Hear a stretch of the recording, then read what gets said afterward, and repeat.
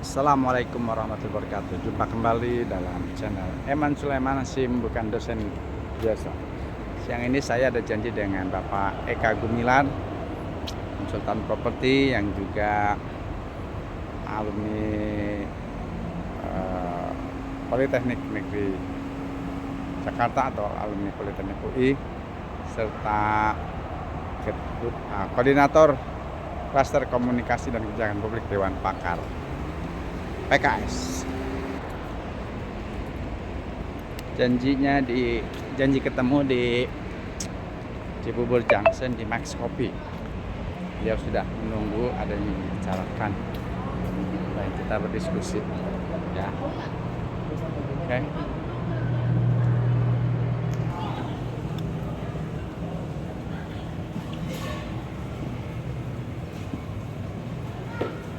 Udah lama saya tidak ke Cibubur Junction ini. Cibubur Junction waktu anak kedua saya masih kecil, masih umur balita.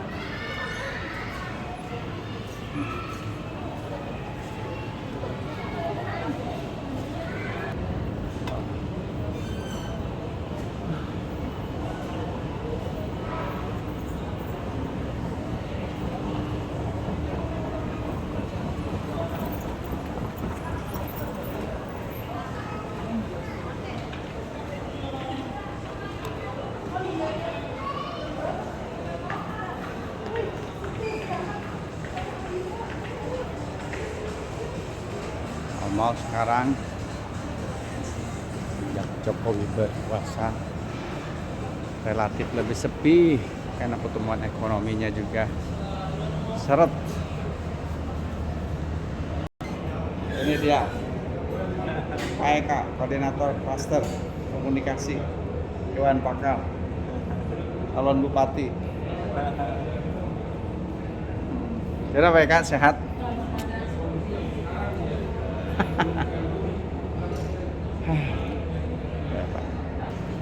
Jadi Pak Eka ini selain koordinator bidang klaster komunikasi dan kebijakan publik, dia konsultan properti, mantan petinggi salah satu perusahaan properti, juga sekjen apa ya, rekat ya, ketua. Rekat itu singkatan apa Pak Eka? Rekonsiliasi masyarakat. Rekonsiliasi masyarakat ya. Nah, gimana Pak Eka pengalaman kemarin di pemilu? Apanya? Gimana dengan sebagai peserta aktif menjadi salah satu calon anggota DPR RI di salah satu dapil di Sumatera Selatan?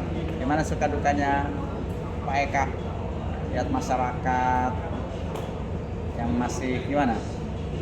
Ya, yang penting kita berjuang. Kita tetap berjuang dengan orang baik, dengan cara yang baik, karena tujuan kita baik.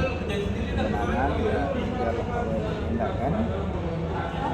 Karena kita tidak mau menggunakan cara-cara yang kurang baik. Ya. Jadi kita tetap konsisten. Kita mau jadi wakil yang baik, pasti kita mempertahankan cara dan proses politik yang baik. Kemenangan itu kan bagi macam cara. Yang paling mudah adalah menang dengan cara curang. Itu adalah kemenangan yang paling mudah karena hanya mengandalkan uang. Orang siapapun bisa menang dengan cara curang, asal punya dua hal, yaitu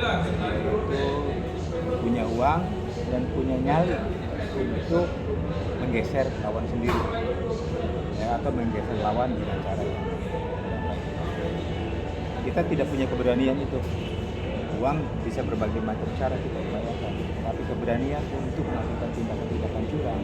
Jadi orang munafik itu tidak semua orang punya nyali. Alhamdulillah, Pak Eman, kita adalah orang-orang yang konsisten menjaga ucapan. Kita sedang memerangi kecurangan. Kita sedang mengajarkan masyarakat untuk tetap berbuat baik, ya kan, sehingga kalaupun memang faktanya di lapangan di masyarakat bahwa semuanya perlu pengkondisian bahasanya ya, pengkondisian, kita tetap bangga dengan pilihan yang sudah kita ambil. Mungkin kata tepatnya bukan tidak punya keberanian ya Pak Eka untuk melakukan kecurangan, tapi kita tidak punya kemauan untuk melakukan kecurangan karena kita ingin melakukan perubahan di masyarakat dari hal yang buruk pada hal yang baik. Maka kebaikan itu harus dilaksanakan dengan cara yang baik, bukan dengan cara ikut-ikutan, ikut sogok, ikut nyogok masyarakat, ikut belanja suara ke KPUD. Aduh, bukan seperti itu ya. Tapi kenyataannya gimana Pak Eka di masyarakat sendiri? Realita Apa? realita ini apa? Realita politiknya. Masyarakat masih banyak yang suka menerima uang, main kotor, Ya itu sogok penyogok, terutama saat serangan fajar. Ya, masyarakat itu kan karena perilaku elit, ya kepercayaan terhadap elit berkurang, pada politikus berkurang, sehingga mereka apatis terhadap apa yang berbau politik, akhirnya bersikap menjadi pragmatis, gitu kan. Nah kalau kita mau sekarang pemimpin itu kan prinsipnya kan menciptakan, melakukan perubahan, mempengaruhi, bukan dipengaruhi. Nah kalau kita pemimpin justru terpengaruh dengan kondisi yang ada, karakteristik yang ada, makanya nggak heran banyak sekali pemimpin kita, wakil rakyat kita yang berakhir tragis ya kan, tangkap KPK, ya bermasalah, korupsi dan lain-lain. Nah karena kita mau menunjukkan sesuatu yang berbeda, ya kita mempertahankan prinsip. Bukan kita tidak mau bermodal di dalam berpolitik. Politik itu menurut saya yang paling penting modal utamanya adalah idealisme dan kemauan untuk memperjuangkan rakyat. Menurut saya itu yang nomor satu. Yang kedua, kos politik itu memang selalu ada, tapi bukan menjadi terbalik. Ya. Nomor satu adalah kos politik, ya kan? Bayangkan, andai kata nih Pak Iman, ada preman, ya punya uang banyak, entah dapat warisan, mungkin entah dapat hasil apa, ya kan? Kemudian dia masuk dalam sebuah partai politik, dia kondisikan saja tuh, ya kan? Aparat, dia kondisikan juga masyarakat, terus dia menang. Bagaimana bangsa ini? Gitu. Ya. Jadi menurut saya hal-hal yang seperti ini diuji kita, ya, konsistensi kita dan sebagainya. Selain itu, kalau kita mau sedekah, mau berbuat baik kepada masyarakat, ya tidak usahlah di dalam wacana kaitannya dengan pemilihan, pemilu. Kita mau nyumbang masjid, ya sumbanglah setiap saat pun kita bisa menyumbang. Sepakat. Kita mau memberikan kontribusi buat anak sekolah, ya kan, untuk sekolah, ya silakan setiap hari ada ruang untuk berbuat baik, bukan karena pemilu, ya.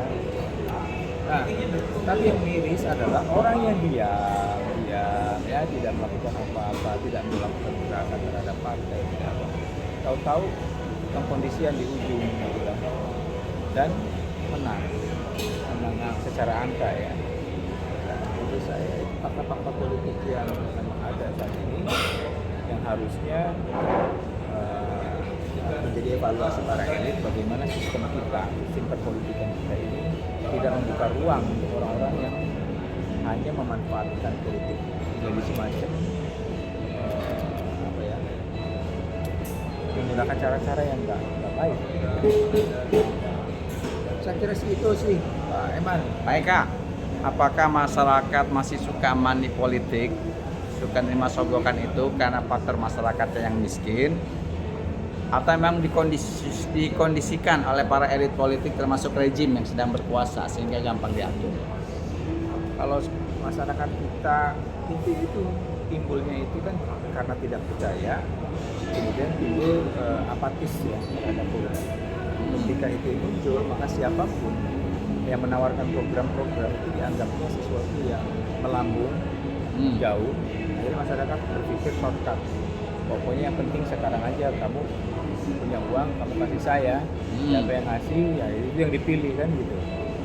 Nah, cara berpikir masyarakat sederhana itu kan karena dosa-dosa yang sudah ditinggalkan Oleh sebelumnya caleg-caleg banyak, sehingga kita ini agak berat merubah itu. Tetapi jangan kemudian seolah-olah tidak ada harapan untuk merubah perilaku masyarakat seperti itu. Lama-kelamaan masyarakat akan semakin cerdas, semakin sadar, bahwa perilaku ini salah dan menghasilkan pemimpin-pemimpin yang korup, dengan pemimpin-pemimpin yang aji mumpung ketika berkuasa. Nah, karena itu pileg sudah lewat, sekarang berganti dengan Pilkada. Dalam pilkada ini, menurut saya kita ajak mengimbau masyarakat, ya marilah kita memilih pemimpin yang memang memiliki keinginan yang kuat, kerinduan yang kuat berkontribusi kepada masyarakat, bukan pemimpin yang ingin menggunakan tanda kutip jabatannya untuk menguntungkan diri sendiri. Itu Pak Eman, terima kasih ya. Siap partisipasi di pilkada Pak Eka? Tergantung partai menugaskan sudah siap.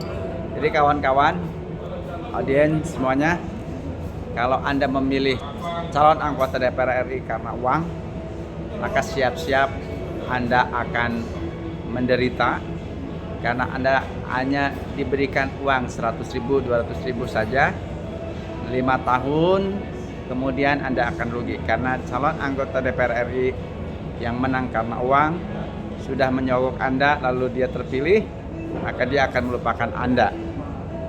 Maka uang aspirasi, uang reses yang harusnya dikembalikan kepada warga itu akan dimakan sendiri, dan itu sudah terbukti kan. Jadi pelajaran berharga di pemilu kemarin, jangan pilih calon anggota DPR RI yang hanya mengandalkan uang. Itu pun uangnya tadi seperti yang Pak Eka katakan bisa uang haram ya, atau uang yang lainnya, karena mereka yang hanya mengandalkan uang minta dipilih oleh Anda, kemudian menyogok Anda 100.000, 200.000 atau 300.000, paling banyak 500.000. Aku yakin setelah dia atau mereka terpilih, mereka melupakan Anda dan Anda menderita 5 tahun punya wakil rakyat tetapi tidak pernah mau menengok Anda, tidak pernah mau membantu Anda, tidak apalagi ikut cawe-cawe membantu menyelesaikan berbagai persoalan yang dihadapi oleh Anda, keluarga Anda, masyarakat Anda, daerah Anda. Nah, jadi kita lihat saja di pemilu-pemilu sebelumnya dan lihat nanti setelah anggota DPR RI itu dilantik, saya yakin teruskan analisa dan kajian saya, mereka yang sudah terpilih karena menyogok bukan karena kualitas, mereka akan melupakan Anda. Karena itu pengalaman kemarin, jadi jadikan pengalaman yang berharga di pilkada. Jangan pilih calon bupati, calon gubernur, calon wali kota yang hanya mengandalkan uang tapi tidak program. Karena itu pilih, lihat programnya, lihat kualitasnya, lihat karakternya, lihat rekam jejaknya ya. Sampai ketemu di pilkada. Yuk kita pilih calon yang berkualitas, yang punya komitmen membantu dan membangun daerah, membantu warga, bukan karena berani menyogok Anda ya. Ingat, yang menyogok maupun yang disogok sama-sama haram, sama-sama masuk neraka, kata salah satu hadis ya. Sampai ketemu di lain kesempatan.